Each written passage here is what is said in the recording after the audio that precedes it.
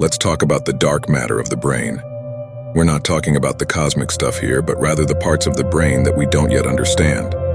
These areas are called the default mode network and the default network, and they're active when we're not focusing on anything specific. So the next time you're daydreaming, remember, your brain is still working hard. Did you know that your brain has its own immune system? It's called the glymphatic system, and it helps clear out waste products and toxins from your brain like a tiny garbage truck.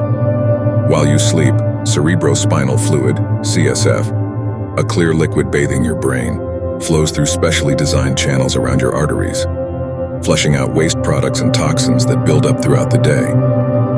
By clearing these harmful substances, the glymphatic system plays a crucial role in protecting your brain health and cognitive function. So next time you hit the snooze button, remember, it's not just your body that's recharging, your brain is too, thanks to the amazing work of the glymphatic system.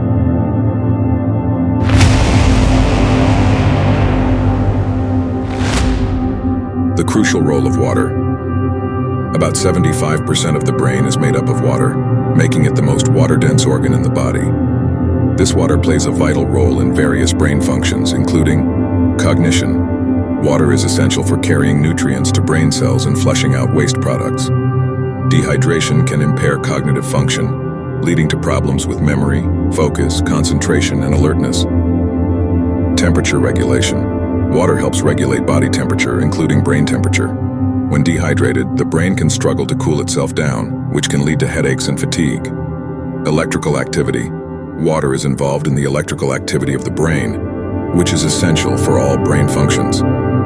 Dehydration can disrupt this electrical activity, leading to impaired communication between brain cells.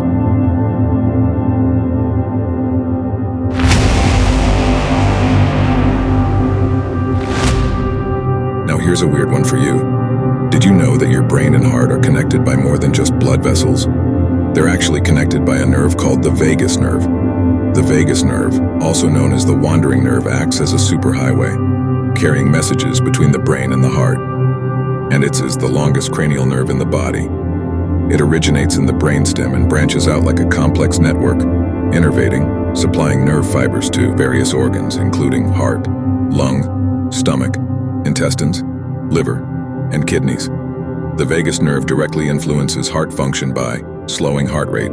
When activated, the vagus nerve signals the heart to slow down, promoting a calmer state. Regulating heart rhythm.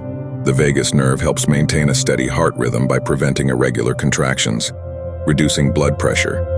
By slowing the heart rate and relaxing blood vessels, the vagus nerve contributes to lower blood pressure.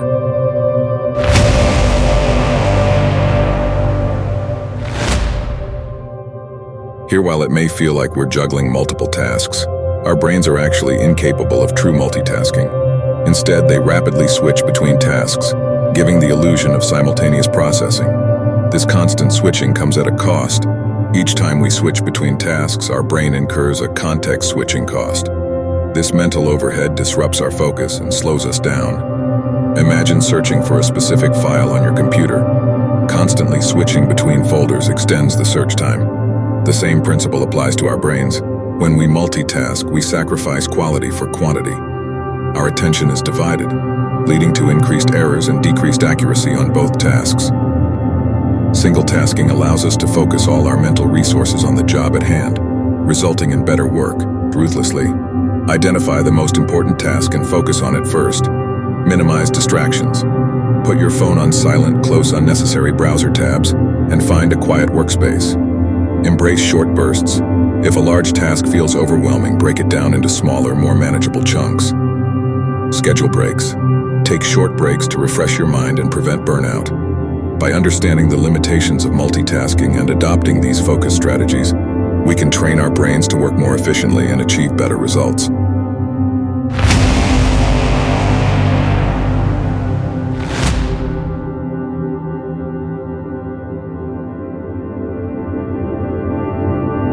The curtain closes. What happens to the brain when we die? Death is a universal experience, yet the exact moment and what follows remain shrouded in mystery. While science can't definitively answer what happens to our consciousness, we can explore the fascinating biological processes that occur in the brain after death. The farewell symphony. Following cardiac arrest, blood flow to the brain ceases within seconds. This vital organ, reliant on a constant oxygen supply, begins to shut down. Electrical activity measured by EEG, electroencephalogram, rapidly flattens, marking the end of brain function as we know it. A flurry of activity. Before the end? Recent studies challenge the notion of a brain shutting down immediately. Research suggests there might be a surge of activity in the moments leading up to death. These end-of-life experiences could explain near-death experiences, where individuals report seeing a bright light or reliving memories. The mystery continues. While we've made significant strides in understanding the brain, death remains a complex frontier. Research into the final moments of brain activity and the nature of consciousness may one day offer more answers. In conclusion, death is a biological process that shuts down the brain's intricate functions. While the science paints a picture of cellular breakdown, the mysteries surrounding consciousness and what lies beyond continue to spark philosophical and spiritual inquiry.